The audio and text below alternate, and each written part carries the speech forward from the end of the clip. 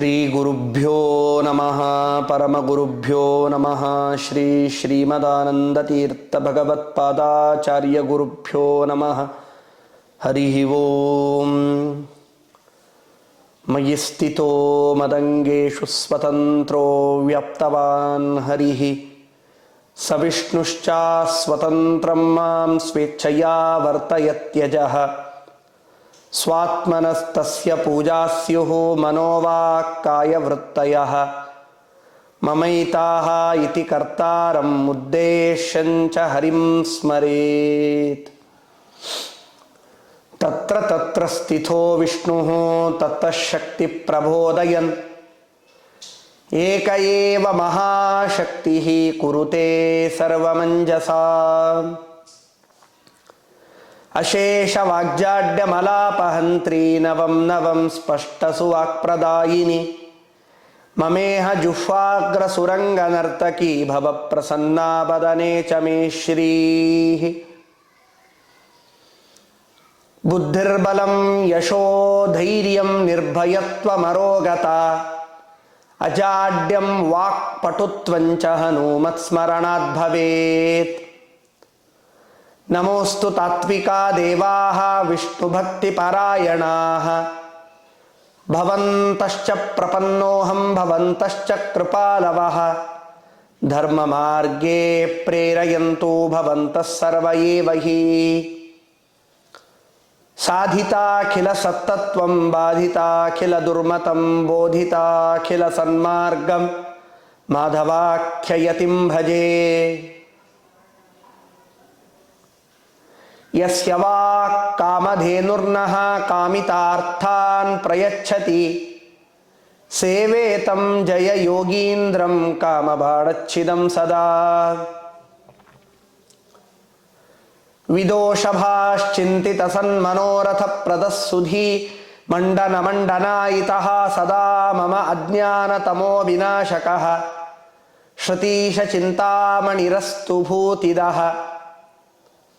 ಪೂಜ್ಯಾಯ ರಾಘವೇಂದ್ರಾಯ ಸತ್ಯಧರ್ಮರತಾಯ ಚ ಭಜತಾಂ ಕಲ್ಪವೃಕ್ಷಾಯ ನಮತಾಂ ಕಾಮಧೇನವೇ. ಸತ್ಯನಾಥ ಗುರುಪಾತು ಯೋ ಧೀರೋ ನವಚಂದ್ರಿಕಾಂ ನವಾಮೃತಗದಾತೀರ್ಥ ತಾಂಡವಾನಿ ವ್ಯಚೀಕೃಪತ್. ವಿಷ್ಣೋ ಪದಶ್ರಿಗೋವ್ರಾತೈ ಸ್ವಾಂತಧ್ವಾಂತ ನಿವಾರಕಃ ಶ್ರೀ ಸತ್ಯಸಂಧ ಸೂರ್ಯೋಯಂ ಭಾಸತಾಂ ನೋ ಹೃದಂಬರೆ. ಸತ್ಯಾಭಿಜ್ಞಕರಾಬ್ಜೋತ್ಥಾನ್ ಪಂಚಾಶದ್ವರ್ಷ ಪೂಜಕಾನ್ ಸತ್ಯಪ್ರಮೋದ ತೀರ್ಥಾರ್ಯಾನ್ ನೌಮಿ ನ್ಯಾಯ ಸುಧಾರತಾನ್. ಸತ್ಯಪ್ರಮೋದ ಸಂಜಾತಂ ವಿದ್ವತ್ ಕುಮುದ ಬಾಂಧವಾನ್ ಹಿತೋಪದೇಶಕರ್ತಾರಂ ಸತ್ಯಾತ್ಮಾನಂ ಯತಿಂ ಭಜೆ. ಆಪಾದಮೌಲಿ ಪರ್ಯಂತಂ ಗುರುಣಾಮಾಕೃತಿಂ ಸ್ಮರೇತ್ತೇನ ವಿಘ್ನಾ ಪ್ರಣಶ್ಯಂತಿ ಸಿದ್ಧಂತಿ ಚ ಮನೋರಥಾಃ. ವಿದ್ಯಾಪೀಠ ವಿಧಾತಾರಂ ವಿದ್ಯಾವಾರಿಧಿ ಚಂದಿರಂ ವಿದ್ಯಾರ್ಥಿವತ್ಸಲಂ ವಂದೇ ಮಹಾಮಹಿಮ ಸದ್ಗುರುಂ. ಶ್ರೀ ಗುರುಭ್ಯೋ ನಮಃ ಹರಿ ಓಂ ಹರಿ ಓಂ ಹರಿ ಓಂ. ಹಿಂದಿನ ಚಿಂತನೆಯಲ್ಲಿ ಶಮ ದಮ ವಿಮ ನಿಯಮಾನುಷ್ಠಾನಗಳು ಅಹರ್ನಿಶವಾಗಿ ಪರಮಾತ್ಮನ ಪಾದಾರವಿಂದಗಳಲ್ಲಿಯೇ ರತರಾದ ಯಾವೆಲ್ಲ ಭಕ್ತ ಸಮೂಹವಿದೆ, ಅಂತಹ ಭಕ್ತ ಸಮೂಹವನ್ನು ಅನುಗ್ರಹವನ್ನು ಮಾಡುವ ಅಮಿತ ಮಹಿಮನಾದ ಪರಮಾತ್ಮ ನಿನ್ನ ಗುಣ ನಿನ್ನ ವ್ಯಕ್ತಿತ್ವದ ಸಮರಾದವರು ಇನ್ನೊಬ್ಬರ್ಯಾರೂ ಇಲ್ಲ ಅನ್ನುವ ಚಿಂತನೆಯಲ್ಲಿ ತಿಳಿಸಿ, ನಂತರದಲ್ಲಿ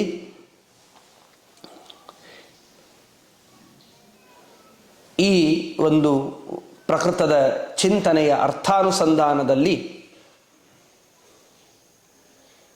ಮನುಷ್ಯನಾದವ ತಾನು ಎಂದಿಗೂ ನನಗೆ ಸುಖವೇ ಬೇಕು, ದುಃಖ ಎಂದಿಗೂ ಬೇಡ, ಇಹ ಖಲು ಸುಖಮೇವ ಮೇ ಸ್ಯಾತ್ ದುಃಖಂ ಮನಾಗಪಿ ಮಾ ಭೂತ್ ಇತಿ ನಿಖಿಲಾಪೇಕ್ಷಿತ ಮೋಕ್ಷಸ್ಯ. ನನಗೆ ಜೀವನದಲ್ಲಿ ಸುಖವೇ ಬೇಕು, ದುಃಖ ಎಂದಿಗೂ ಬೇಡ. ಮೋಕ್ಷ ಬೇಕು ಅಂತನ್ನುವ ಮೋಕ್ಷದ ಅಪೇಕ್ಷೆ ಇದ್ದಾಗಲೂ ಸುಖವಾಗಿಯೇನೇ ಮೋಕ್ಷ ಸಿಗಲಿ ಹೊರತು ನಾನು ಜಪ ಮಾಡುವುದಿಲ್ಲ, ತಪ ಮಾಡುವುದಿಲ್ಲ, ಸಂಧ್ಯಾವಂದನೆ ಮಾಡುವುದಿಲ್ಲ, ಉಪಾಸನೆ ಮಾಡುವುದಿಲ್ಲ. ಆದರೆ ನನಗೆ ಮಾತ್ರ ಮುಕ್ತಿ ಬೇಕು. ದೊಡ್ಡ ಪಟ್ಟಣದಲ್ಲಿ ಮನೆ ಬೇಕು, ಕೈತುಂಬ ಸಂಬಳ ಬೇಕು, ತಿರುಗಾಡುವುದಕ್ಕೆ ಎಲ್ಲ ಆಯಶ ಐರಾಮಿಗಳು ಬೇಕು. ದೇವರು ಬೇಡ, ಸ್ತೋತ್ರ ಚಿಂತನೆಗಳು ಬೇಡ, ನಿತ್ಯ ಕರ್ಮಾನುಷ್ಠಾನಗಳು ಬೇಡ. ಮನೆ, ಒಳ್ಳೆ ಹೆಂಡತಿ, ಒಳ್ಳೆ ಮಕ್ಕಳು, ಇದೇ ಒಂದು ಚಕ್ರ ಭ್ರಮಣದ ಆ ಒಂದು ತಿರುಗಿನಲ್ಲಿ ತಿರುಗಿ ತಿರುಗಿ ತಿರುಗಿ ಒದ್ದಾಡಿ ಹೋಗ್ತಾ ಇದ್ದೇವೆ. ಎಂತಹ ಪ್ರಾರಬ್ಧ ನೋಡಿ.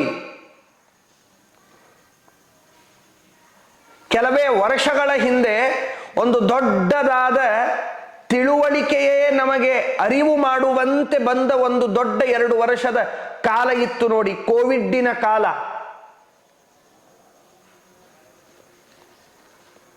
ಆ ಸಮಯದಲ್ಲಿ ನಾವು ಒಂದು ದಿನವೂ ಪ್ರಾಮಾಣಿಕವಾಗಿ ನಮ್ಮ ಆತ್ಮಸಾಕ್ಷಿಗೆ ಕೇಳಿಕೊಳ್ಳೋಣ. ದೇವರು ನಮಗಾಗಿ ಚಿಂತನೆ ಮಾಡುವುದಕ್ಕೆ, ಸಾಧನೆಗಳನ್ನು ಮಾಡುವುದಕ್ಕೆ, ಅತೀ ಅತೀ ಸುಲಭವಾದ ಸಂಧ್ಯಾವಂದನೆ, ದೇವರ ಪೂಜೆ ಇವುಗಳನ್ನು ಮಾಡುವುದಕ್ಕೆ ಪರಮಾತ್ಮ ಸಮಯ ಕೊಟ್ಟಿದ್ದಾನೆ ಅಂತ ಎಂದಾದರೂ ಭಾವಿಸಿದೆವಾ? ಅದಕ್ಕೆ ನಾವು ಕೊಟ್ಟ ಹೆಸರು ಏನು? ಫ್ಯಾಮಿಲಿ ರೀಜಾಯ್ನಿಂಗ್ ಅಂತೆ. ನಮ್ಮವರನ್ನ ನಾವು ಇನ್ನೊಮ್ಮೆ ಭೇಟಿಯಾಗುವ ಒಂದು ಸಮಯ ದೇವರು ಕೊಟ್ಟ ಅಂತ ತಿಳಿದೇವೇ ಹೊರತು ದೇವರು ಇಲ್ಲಿಯ ತನಕ ನನ್ನ ಆಯುಷ್ಯದಲ್ಲಿ ಒಂದು ದಿನವೂ ದೇವರಿಗಾಗಿ ಉಪಾಸನೆ ಮಾಡಿಲ್ಲ, ಜಪ ಮಾಡಲಿಲ್ಲ, ತಪ ಮಾಡಲಿಲ್ಲ, ಸಂಧ್ಯೆ ಮಾಡಲಿಲ್ಲ. ಈಗ ಪರಮಾತ್ಮ ಸಮಯ ಕೊಟ್ಟಿದ್ದಾನೆ, ಅದನ್ನಾದರೂ ಕಲಿಯೋಣ, ತಿಳಿಯೋಣ, ಮುಂದಿನ ಪೀಳಿಗೆಗೆ ಹಂಚೋಣ ಅಂತ ಯಾರಾದರೂ ವಿಚಾರ ಮಾಡಿದೆವಾ? ಸರ್ವಥಾ ಇಲ್ಲ ಅಲ್ಲ. ಒಂದು ದಿನವೂ ಪರಮಾತ್ಮ ಈ ಬಾಯಿಯಿಂದ ನಾರಾಯಣ ಅಂತ ಭಕ್ತಿಯಿಂದ ಅನ್ನಲಿಲ್ಲ. ಒಂದು ದಿನವೂ ಪರಮಾತ್ಮನ ಸನ್ನಿಧಾನದ ಯಾತ್ರೆಯನ್ನ ಮಾಡಲಿಲ್ಲ. ಹರಿ ಗೆರ ಗದ ತಲೆ, ಹಾವಿನ ವಿಷ ತಲೆ, ದುರ್ಯೋಧನ ತಲೆ, ದುರ್ಜನರ ತಲೆ, ಹರಿಹರಿ ಗೋವಿಂದ. ಹರಿ ಕಥೆ ಕೇಳದೆ ಕಿವಿ, ಬಚ್ಚಲಿನ ಮೋರೆಯ ಕುಣಿ ಅಂತ ದಾಸರು ಬೈತಾರೆ. ಹರಿಯಾತ್ರೆಯ ಮಾಡದ ಕಾಲು ಗೊಂಬೆಯ ಕಾಲು, ವೈಶ್ಯೆಯ ಮನೆಯ ಮುಂದೆ ಇರುವ ಗೊಂಬೆಯ ಕಾಲು ಅಂತ ಬೈತಾರೆ. ಇನ್ನೆಷ್ಟರ ಮಟ್ಟಿಗೆ ಬೈಬೇಕು ನಮಗೆ? ಇಷ್ಟೆಲ್ಲ ಹಾಡು ಕೇಳ್ತೇವೆ, ಇಂಪಾದ ಹಾಡನ್ನ ಕೇಳ್ತೇವೆ, ಪುರಾಣ ಕೇಳ್ತೇವೆ, ಪ್ರವಚನ ಕೇಳ್ತೇವೆ. ಎಲ್ಲ ಕೇಳಿದ ಮೇಲೆ ತಳ ಅಲಗಾಡಿಸಿ ಬಿಟ್ರೆ ಮುಗಿದು ಹೋಯ್ತು. ಪುರಾಣವನ್ನ ಹೇಳಿದವರಿಗೆ ಇರಲಿ, ನಾವು ನಮ್ಮ ಕಾರ್ಯವನ್ನ ಮಾಡೋಣ ಅಂತ ಹೇಳಿ ಪರಮಾತ್ಮ ನಿನ್ನನ್ನು ನೆನೆಸಲಿಲ್ಲ, ಸ್ತೋತ್ರ ಮಾಡಲಿಲ್ಲ, ನಿನ್ನ ಕಥೆಗಳನ್ನು ಕೇಳಲಿಲ್ಲ. ವೈರಾಗ್ಯ ಅಂತೂ ಮುಗುದೇ ಹೋಯಿತು ನಮಗೆ. ಯಾವ ತರನಾದ ವೈರಾಗ್ಯವೂ ನಮ್ಮಲ್ಲಿ ಇಲ್ಲ. ಎಲ್ಲ ಇದ್ದಾಗ ವೈರಾಗ್ಯದಿಂದ ಇದ್ದೇನೆ ಅಂತ ಹೇಳೋದು ಬೇರೆ.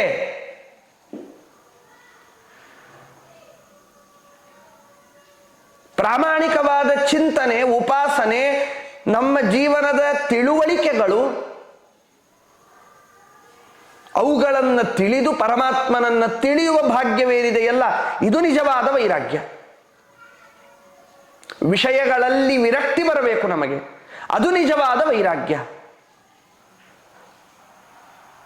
ಅಷ್ಟೇ ಅಲ್ಲ ಸ್ವಾಮಿ, ನಿನ್ನನ್ನ ನೀನಾದರೂ ನಮ್ಮಂಥವರ ಮೇಲೆ ಕರುಣೆ ತೋರ್ತೀಯ ಅಂದ್ರೆ ಕರುಣೆನೇ ತೋರುವುದಿಲ್ಲ. ಯಾಕೆ ಅಂದ್ರೆ ಯಾರು ವಿಷಯಾಸಕ್ತರಾಗಿ ಇರ್ತಾರೆ, ಸಂಸಾರಾಸಕ್ತರಾಗಿರ್ತಾರೆ, ಅವರಲ್ಲಿ ನಿನಗೆ ರತಿಯೇ ಇಲ್ಲ. ಆದರೂ ಒಂದು ಆಶ್ಚರ್ಯ ಸ್ವಾಮಿ, ಗಾದಿ ಸುತ ವಿಶ್ವಾಮಿತ್ರನ ಮೇಲೆ ನೀನು ಅನುಗ್ರಹ ಮಾಡಿದ್ದು ನೋಡಿದರೆ ಅತಿಸೋಜಿಗ ಅಂತ ಅನಿಸ್ತದೆ. ಪರಮಾತ್ಮ ಅದೆಲ್ಲ ಒಂದೊಟ್ಟಿಗೆ ಇರಲಿ. ಪರಮ ವಿರಕ್ತ ಶಿಖಾಮಣಿಗಳಾದ ನಮ್ಮ ಗುರುಗಳಾದ ಸತ್ಯಬೋಧ ತೀರ್ಥ ಶ್ರೀಪಾದಂಗಳವರ ಪಾದಾರವಿಂದಗಳಲ್ಲಿ ಮಾತ್ರ ನನಗೆ ರತಿ ಇದೆ. ನನಗನಿಸ್ತದೆ ನನ್ನ ಗುರುಗಳಲ್ಲಿ ರತಿಯನ್ನ, ನನ್ನ ಗುರುಗಳ ನಾಮಸ್ಮರಣೆ, ನನ್ನ ಗುರುಗಳಲ್ಲಿ ಮಾಡುವ ಭಕ್ತಿ ಅದು ನಿನ್ನ ಭಕ್ತಿಗೆ ಶ್ರೇಯಸ್ಕರವಾಗಿ ನನಗೆ ಒಲಿತದೆ. ಅಂತಹ ಪರಮಾತ್ಮ, ಎಲ್ಲ ದೇವತೆಗಳಿಂದ ಸ್ತುತ್ಯನಾದ ಪರಮಾತ್ಮ, ಗಂಭೀರ ಮಾಹಾತ್ಮ್ಯವುಳ್ಳ, ಹುಟ್ಟು ಸಾವು ಇಲ್ಲದ ಜನನ ಮರಣ ರಹಿತನಾದ, ಹೇ ಅನಾದಿ ಕಾಲದ ಅನಂತ ಕಾಲದವರೆಗೂ ಇರುವ ಹೇ ನಾರಾಯಣ, ನಿನಗೆ ಒಂದೇ ಒಂದು ಪ್ರಾರ್ಥನೆ ಸ್ವಾಮಿ. ನಿನ್ನಲ್ಲಿ ಭಕ್ತಿ ಮಾಡುವ ಯಾರೆಲ್ಲ ಅಪರೋಕ್ಷ ಜ್ಞಾನಿಗಳ ಸಾಲೇನಿದೆಯಲ್ಲ, ಯಾರೆಲ್ಲ ಮಹಾಜ್ಞಾನಿಗಳೆಲ್ಲ ಇದ್ದಾರಲ್ಲ, ಅವರ ಯೋಗ್ಯತೆಗೂ ನನ್ನ ಯೋಗ್ಯತೆಗೂ ತುಲನೆ ಸರ್ವಥಾ ಮಾಡ್ಲಿಕ್ಕೆ ಸಾಧ್ಯವಿಲ್ಲ. ನನ್ನ ಯೋಗ್ಯತೆಗೆ ಅನುಸಾರವಾಗಿ, ನನ್ನ ಯೋಗ್ಯತೆಯ ಮಟ್ಟದ್ದಾದರೋ ನಿನ್ನ ಪಾದಾರವಿಂದಗಳಲ್ಲಿ ಭಕ್ತಿ ಹುಟ್ಟಿಸುವ ಜ್ಞಾನವನ್ನ ಕೊಡು ಅಂತ ಪ್ರಾರ್ಥನೆಯನ್ನ ಮಾಡ್ತಾರೆ. ವಿರಾಗಾಸಕ್ತಿಸ್ಥೇ ವಯಮಜ ಪುರಾಗಾರ ರಮಣೀ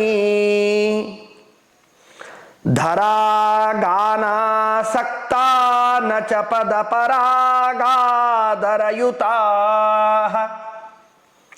ಪುರಾಗಾರಾತ್ಯಾದಿ ಪ್ರಣುತ ವಿತರಾಗಾಧ ಮಹಿಮನ್ ಸುರಾಗಾವಾಭೂತಿ ಸುಮತಿ ಮುಖರಾ ಗಾಧಿಜ ಸಖ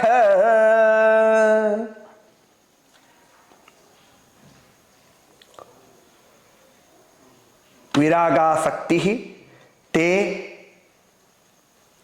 ವಯಂ ಅಜ ಪುರಾಗಾರಮಣಿ ಧರಾಗಾನಾಸಕ್ತ ನ ಚ ಪದ ಪರಾಗ ಆದರಯುತಾ ಪುರಾ ಆಗಾರಾತ್ಯಾದಿ ಪ್ರಣುತ ವಿತರಾಗಾಧ ಮಹಿಮನ್ ವಿತರ ಅಗಾಧ ಮಹಿಮನ್ ಸುರಾಗಾವಾ ಭೂತೀ ಸುಮತಿ ಮುಖರಾ ಗಾಧಿಜ ಸಖ. ಸ್ವಾಮಿ, ಪುರಾಗಾರ ರಮಣಿ ಧರಾಗಾನಾಸಕ್ತ, ಒಳ್ಳೆ ಮನೆ ಬೇಕು, ಒಳ್ಳೆ ಮನೆ ಬೇಕು. ಆ ಮನೆಯಲ್ಲಿ ಎಲ್ಲ ನಾನು ಭೋಗಿಸುವ ವಸ್ತುಗಳಿಂದ ಸಹಿತ ಆಗಿರಬೇಕು. ಯಾವುದಕ್ಕೂ ತಡೆದುಕೊಳ್ಳುವ ಬುದ್ಧಿ ಸ್ಥಿಮಿತ ನನ್ನಲ್ಲಿ ಇಲ್ಲ. ನನಗೆ ಬೇಕಾದ ವಸ್ತುಗಳು ಎಷ್ಟಿದ್ದರೂ ತೃಪ್ತಿ ಇಲ್ಲ, ಇನ್ನೂ ಬೇಕು, ಇನ್ನೂ ಬೇಕು. ಪಕ್ಕದ ಮನೆಯವ ಆ ವಸ್ತುವನ್ನು ಹಾಕಿದ್ದಾನೆ, ಈಚೆ ಮನೆಯವ ಆ ಕ್ವಾಲಿಟಿಯ ವಸ್ತು ಹಾಕಿದ್ದಾನೆ, ಆ ಬ್ರ್ಯಾಂಡೆಡ್ಡಿನ ವಸ್ತು ಹಾಕಿದ್ದಾನೆ. ಅದೂ ನನ್ನಲ್ಲಿ ಬರಬೇಕು. ಅದು ಬರಬೇಕು ಅಂತಾದರೆ ನಾನು ದುಡಿಬೇಕು, ದುಡಿಬೇಕಾದ್ರೆ ನಾನು ದುಡಿದಷ್ಟು ನನಗೆ ಸಾಲುವುದಿಲ್ಲ, ಇನ್ನಷ್ಟು ದುಡಿಬೇಕು, ಮಗದಷ್ಟು ದುಡಿಬೇಕು. ಇದರೊಳಗೆ ಹಾಕಿಬಿಟ್ವಲ್ಲ ಆಯಸ್ಸು, ಇದರೊಳಗೆ ಆಯಸ್ಸನ್ನು ಹಾಕಿಬಿಟ್ವಲ್ಲ. ಇಷ್ಟೆಲ್ಲ ಮಾಡುವುದರ, ಕೆಲಸ ಮಾಡುವ, ಸಂಪಾದನೆ ಮಾಡುವ ರಭಸದಲ್ಲಿ, ಓಘದಲ್ಲಿ ನಿನ್ನ ಪಾದಾರವಿಂದವ, ನಾರಾಯಣನ ಮಂದಿರವ, ಯಾತ್ರೆಯ ಈ ಕಿವಿಗೂ ಕೇಳಿ ಗೊತ್ತಿಲ್ಲ, ಕಿವಿಗೂ ಕೇಳಿ ಗೊತ್ತಿಲ್ಲ. ಸ್ವಾಮಿ, ಪದ ಪರಾಗ ಆದರಯುತ ನಚ ಮಮ ವಿರಾಗಾಸಕ್ತಿ.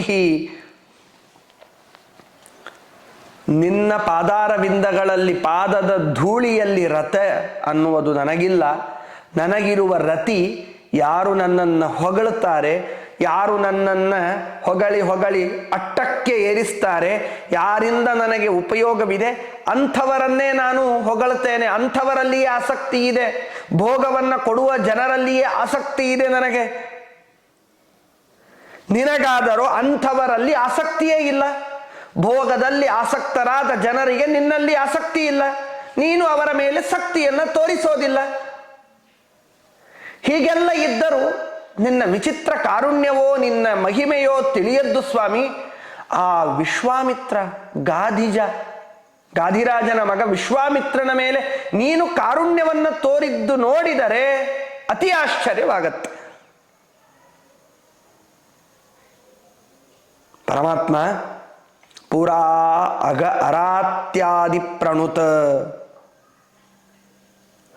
ತ್ರಿಪುರಾರಾತಿ ಅಗಾರಾತಿ ಇಂದ್ರ ರುದ್ರ ಇವರೇ ಮೊದಲಾದವರಿಂದ ಸ್ತೋತ್ರ ಮಾಡಿಸಿಕೊಂಡ ಹೇ ನಾರಾಯಣ, ಹೇ ಅಗಾಧ ಮಹಿಮ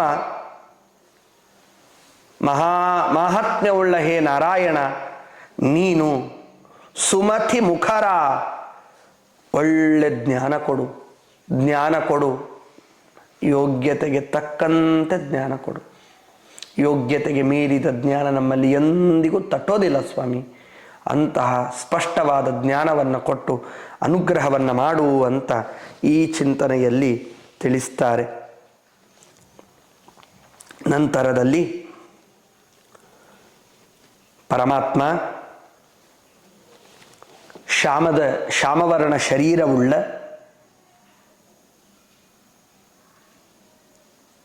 ನಾಲ್ಕು ವೇದಗಳನ್ನು 4 ಮುಖಗಳಿಂದ ಅಹರ್ನಿಶವಾಗಿ ಅನವರತವಾಗಿ ನಿನ್ನನ್ನು ಸ್ತೋತ್ರ ಮಾಡುವ ಬ್ರಹ್ಮ, ಮುಖ್ಯ ಪ್ರಾಣದೇವರೇ ಮೊದಲಾದವರೆಲ್ಲರಿಂದಲೂ ಕೂಡ ಸ್ತೋತ್ರ ಮಾಡಿಸಿಕೊಳ್ಳುವವ ಪರಮಾತ್ಮ, ನಿನ್ನಲ್ಲಿ ನನಗೆ ನಿರ್ವ್ಯಾಜವಾದ ನಿರ್ನಿಮಿತ್ತಕವಾದ ಭಕ್ತಿ ಹುಟ್ಟಬೇಕು ಅಂತಾದರೆ ಮೊದಲು ನನ್ನಲ್ಲಿ ನಿಂತು ಭಕ್ತಿಯನ್ನು ಹುಟ್ಟಿಸುವ ಕಾರ್ಯ ಮಾಡಬೇಕಾದವರು ಮುಖ್ಯ ಪ್ರಾಣದೇವರು. ಅಂತಹ ಮುಖ್ಯ ಪ್ರಾಣದೇವರ ಪ್ರಾರ್ಥನೆ, ಅವರಲ್ಲಿ ಭಕ್ತಿ ನನ್ನಲ್ಲಿ ಸ್ಪಷ್ಟವಾಗಿ ಆಗಬೇಕು. ಅಷ್ಟೇ ಅಲ್ಲ, ಪರಮಾತ್ಮ ಯಾವ ಕಮಲದಲ್ಲಿ ಹುಟ್ಟಿದ ಬ್ರಹ್ಮದೇವರು, ಆ ಬ್ರಹ್ಮದೇವರೂ ಸಹಿತ ಅವರಿಗೆ ಅವರ ಗುರುಗಳ ಅರ್ಥಾತ್ ನಿನ್ನಿಂದ ಉಪದೇಶವಿಲ್ಲ ಅಂತಾದರೆ ಅವರಿಗೆ ಮುಕ್ತಿಯೂ ಇಲ್ಲ ಅಂತ ಏನು ಜಗತ್ತಿನಲ್ಲಿ ಪ್ರಸಿದ್ಧವಿದೆ, ಅಂತಹ ಪ್ರತಿಯೊಬ್ಬ ಜನರಿಗೂ ಒಳ್ಳೆ ಗುರುಗಳ ಉಪದೇಶದಿಂದ ಮಾತ್ರ ಮುಕ್ತಿ ಮಾರ್ಗ ಸಾಧ್ಯ, ಚತುರ್ವಿಧ ಪುರುಷಾರ್ಥ ಸಾಧ್ಯ. ಅಂತಹ ಮೋಕ್ಷ ಪ್ರತಿಬಂಧಕವಾದ ಎಲ್ಲ ಪಾಪಗಳನ್ನು ನಾಶ ಮಾಡಿ ಹಾಕಿ ಅನುಗ್ರಹವನ್ನು ಮಾಡುವ ಹೇ ನಾರಾಯಣ, ನನಗೆ ನಿಂದಕರು ಬಹಳ. ನಾನು ಮಾಡುವ ಪ್ರತಿಯೊಂದು ಕಾರ್ಯದೊಳಗೂ ನಿಂದಕರು ನನ್ನನ್ನು ಬಹಳ ರೀತಿಯಿಂದ ಪೀಡಿಸ್ತಾರೆ. ಎಷ್ಟೇ ಉತ್ತಮವಾದ ಕಾರ್ಯವನ್ನು ಮಾಡಿದರೂ ಹಾಗೆ ಹೀಗೆ ಅಂತ ನಿಂದನೆ ಮಾಡ್ತಾರೆ. ಅಂತಹ ಎಲ್ಲ ನಿಂದಕರ ನಿಂದನೆಯ ಮಾತುಗಳನ್ನು ಕೇಳಿಯೂ ನನ್ನ ಮನಸ್ಸಿನಲ್ಲಿ ನಿನ್ನ ಪಾದಾರವಿಂದಗಳಲ್ಲಿ, ನನ್ನ ಗುರುಗಳಾದಂತಹ ಸತ್ಯಬೋಧ ತೀರ್ಥ ಶ್ರೀಪಾದಂಗಳವರ ಪಾದ ಕಮಲಗಳಲ್ಲಿ ಎಂದಿಗೂ ಕಿಂಚಿತ್ತು ಚಂಚಲತೆ ಹುಟ್ಟದೇ ಇರಲಿ. ಸ್ಪಷ್ಟವಾದ ಜ್ಞಾನ, ಉತ್ತಮವಾದ ಚಿಂತನೆ ಅನ್ನುವುದು ಗುರುಗಳ ಅಂತರ್ಯಾಮಿಯಾದ ಮುಖ್ಯ ಪ್ರಾಣದೇವರ ಅಂತರ್ಯಾಮಿಯಾದ ಪರಮಾತ್ಮ ನಿನ್ನ ಜ್ಞಾನ ನಮಗೆ ಉತ್ತಮ ರೀತಿಯಿಂದ ಬರಲಿ ಅಂತ ಈ ಚಿಂತನೆಯಲ್ಲಿ ತಿಳಿಸ್ತಾರೆ. ಘನೋಪಮತನೋ ಮಮತ್ವಯಿ ಮನೋ ನ ಸಕ್ತಂ ಜನೋ ವಿನಿಂದತಿ ಧನೋನ್ಮದೋ ಯದಿ ತನೋಷಿ ನ ತ್ವಂ ದಯಾಂ ಸ್ವನೋಗತ ಮನೋಹರಾಗಮವನೋದ್ಭವಾಭಂ ಪದಂ ವಿನೋತ್ತಮ ಗತಿಶ್ಚಕಾ ಜಗದನೋದ್ಧರೈನೋ ಗಣಾತ್.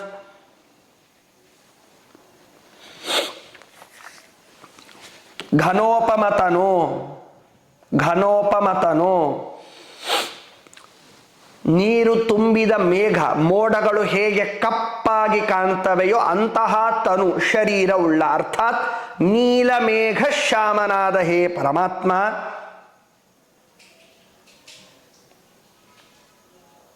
ನಿನ್ನ ವ್ಯಕ್ತಿತ್ವ ಅಂದ್ರೇನರ್ಥ? ಯಾವ ಪರಮಾತ್ಮನನ್ನ ಸ್ತೋತ್ರ ಮಾಡುವ ಸ್ವನಃ ತೇನ ಸ್ವನೋಗತ ಮನೋಹರಾಗಮತಂ ತಮ್ಮ 4 ಮುಖಗಳಿಂದ ಮುಖೋದ್ಗತವಾದ 4 ವೇದಗಳನ್ನು ಅಹರ್ನಿಶವಾಗಿ ಉಪದೇಶ ಮಾಡುವುದರ ಜೊತೆಗೆ ಪಾರಾಯಣ ಮಾಡುವ ಹೇ ಅನ ಬ್ರಹ್ಮದೇವರೇ, ಮುಖ್ಯ ಪ್ರಾಣದೇವರೇ, ತ್ವಯಿ ಮಮ ಮನಃ ನ ಸಕ್ತಂ, ನಿಮ್ಮಲ್ಲಿ ನಮಗೆ ದೇವರನ್ನ ತೋರಿಸಿಕೊಟ್ಟ, ಪ್ರಾಣವನ್ನ ಕೊಟ್ಟ ಹನುಮ ನಮ್ಮ ತಾಯಿ ತಂದೆ, ಭೀಮ ನಮ್ಮ ಬಂಧು ಬಳಗ, ಆನಂದ ತೀರ್ಥರೇ ನಮ್ಮ ಗತಿಗೋತ್ರರಯ್ಯ, ನಮ್ಮ ಗತಿಗೋತ್ರರಾಗಿ ನಿಂತ, ಬಂಧು ಬಳಗರಾಗಿ ನಿಂತ, ನಮಗೆ ಗುಣಗಳನ್ನ ಜೀವನವನ್ನ ತಿಳಿಸಿಕೊಟ್ಟ ಮುಖ್ಯ ಪ್ರಾಣದೇವರಲ್ಲಿ ಅರ್ಥಾತ್ ಹನುಮ ಭೀಮ ಮಧ್ವರಲ್ಲಿ ಮಾಡದೆ ಭಕ್ತಿಯನ್ನ ಮೈವುಂಡವನಾಗಿ ಉನ್ಮತ್ತನಾಗಿ ಇದ್ದೇನೆ. ಸ್ವಾಮಿ, ಧನೋನ್ಮದ ಜನಃ ನಿಂದಂತಿ, ಎಲ್ಲ ಮದೋನ್ಮತ್ತರಾದ ಜನರು ನಿನ್ನಲ್ಲಿ ಭಕ್ತಿಯನ್ನ ಮಾಡಲಿಕ್ಕೆ ಪ್ರಾರಂಭ ಮಾಡಿದೆ ಅಂತಾದರೆ ಅಹಂಕಾರಿಯಾದವ, ತಿಳಿಗೇಡಿತನನಾದವ ಅಂತ ಹೀಗೆಲ್ಲ ವಿಘ್ನ ಕೊಡುವ ಉಪಾಯಗಳಿಂದ ನನ್ನನ್ನು ಬೈತಾರೆ ಉನ್ಮತ್ತರಾದ ಜನರೆಲ್ಲ.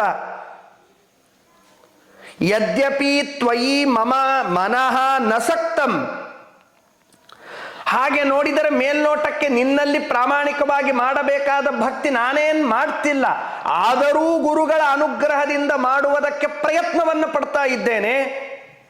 ಆ ಗುರುಗಳ ಅನುಗ್ರಹ ಆಗಬೇಕು ಅಂದ್ರೆ ತ್ವಂ ದಯಾಂ ನತನೋಷಿ ಚೇತ್, ನೀನೇ ಕರುಣೆ ಮಾಡಲಿಲ್ಲ ಅಂತಾದರೆ, ನಿನ್ನ ಕರುಣಾರೇಷ ನನ್ನ ಮೇಲೆ ಇಲ್ಲ ಅಂತಾದರೆ ಅದೆಲ್ಲವೂ ಸಾಧ್ಯವಾ ಸ್ವಾಮಿ? ಸರ್ವಥಾ ಸಾಧ್ಯವಿಲ್ಲ. ಪರಮಾತ್ಮ, ನಿನ್ನ ಕಾರುಣ್ಯ, ನಿನ್ನ ವ್ಯಕ್ತಿತ್ವ, ನಿನ್ನ ಆ ಉತ್ಕೃಷ್ಟತ್ವೇನ ಭಕ್ತತ್ವೇನ ಸ್ವೀಕಾರ ಮಾಡುವ ನಿನ್ನ ಆ ದಯಾತನ, ಇದೆಲ್ಲವೂ ಇಟ್ಟುಕೊಂಡು ನಮ್ಮನ್ನು ಅನುಗ್ರಹವನ್ನ ಮಾಡು.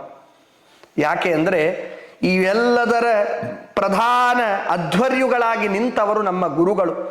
ಆ ಗುರುಗಳ ಅಂತರ್ಯಾಮಿಯಾದಂತಹ ಮುಖ್ಯಪ್ರಾಣ, ಆ ಮುಖ್ಯಪ್ರಾಣ ದೇವರಲ್ಲಿ ದೃಢವಾದ ಭಕ್ತಿ ಕೊಡು. ಆ ಮುಖ್ಯಪ್ರಾಣ ದೇವರು ದೃಢವಾದ ಭಕ್ತಿಯನ್ನ ನೋಡಿ ನಿನ್ನನ್ನು ನೋಡಿಸುವ ಭಾಗ್ಯವನ್ನು ನನಗೆ ದಯಪಾಲಿಸ್ತಾರೆ. ನಾನು ಸಾಧನೆ ಮಾಡಬೇಕು ಅಂತಾದರೆ ಅನೇಕ ಜನ ನಿಂದನೆ ಮಾಡ್ತಾರೆ, ವಿಘ್ನವನ್ನ ತರ್ತಾರೆ. ಆ ಎಲ್ಲ ವಿಘ್ನಗಳು, ಆ ಎಲ್ಲ ನಿಂದನೆಗಳು, ಆ ಎಲ್ಲ ಮನಸ್ತಾಪಗಳನ್ನು ಕೇಳಿಯೂ ಕೇಳದ ಹಾಗೆ ನಿಂದಕರಿರಬೇಕು. ಹಂದಿ ಇದ್ದರೆ ಕೇರಿ ಹೆಂಗೆ ಶುದ್ಧಿಯೋ ಹಂಗೆ ನಿಂದಕರಿರಬೇಕು ಅಂತ ಹೇಳ್ತದೆ ಶಾಸ್ತ್ರ. ಆ ಸ್ವಚ್ಛವಾದ ನಿರ್ಮಲವಾದ, ಎಂದಿಗೂ ಯಾವ ಕಡೆಗೂ ಚಂಚಲತೆ ಆಗದೇ ಇರುವ ಮನಸ್ಸಿನ ಸ್ಥಿಮಿತವನ್ನ ನನಗೆ ಕೊಡು. ಸಾಧನ ಮಾರ್ಗದಲ್ಲಿ ದೃಢತೆ ಕೊಡು. ನಿನ್ನಲ್ಲಿ ಉತ್ಕೃಷ್ಟತ್ವೇನ ಭಕ್ತತ್ವೇನ ಸ್ವೀಕಾರ ಮಾಡುವಂತಹ ಪರಮಾತ್ಮ ನಿನ್ನನ್ನು ಮೆಚ್ಚಿಸುವ, ಅರ್ಚಿಸುವ ಭಾಗ್ಯವನ್ನು ನನಗೆ ಕೊಡುವಂತ ಗುರುಗಳು ಇಲ್ಲಿ ಪ್ರಾರ್ಥನೆಯನ್ನ ಮಾಡ್ತಾರೆ. ದೇವರಲ್ಲಿ ಕೇಳೋದೇ ನಾವಿದೊಂದು, ದೇವರಲ್ಲಿ ಕೇಳೋದೇ ನಾವಿದೊಂದು. ಸ್ವಾಮಿ, ನಿನಗಾಗಿ ಪ್ರತ್ಯೇಕವಾಗಿ ಸಮಯ ಇಡ್ಲಿಕ್ಕಂತೂ ಆಗುವುದಿಲ್ಲ. ನನಗೆ ನಾನೇ ನನ್ನನ್ನು ಕಾಲರ್ ಟೈಟ್ ಮಾಡಿಕೊಂಡು ನನ್ನ ಎದೆ ಉಬ್ಬಿಸಿಕೊಂಡು ಹೇಳುವಂತಹದ್ದು ನಾನು ಬ್ಯುಸಿ ಸ್ವಾಮಿ, ನನಗೆ ಒತ್ತಡ ಇದೆ, ನನಗೆ ಕೆಲಸ ಆಗುವುದಿಲ್ಲ. ಇಂತಹ ಮದೋನ್ಮತ್ತವಾದ ಮನಸ್ಸಿನ ಸ್ಥಿಮಿತದಲ್ಲಿಯೂ ನಿನ್ನಲ್ಲೊಂದು ಪ್ರಾರ್ಥನೆ ಸ್ವಾಮಿ.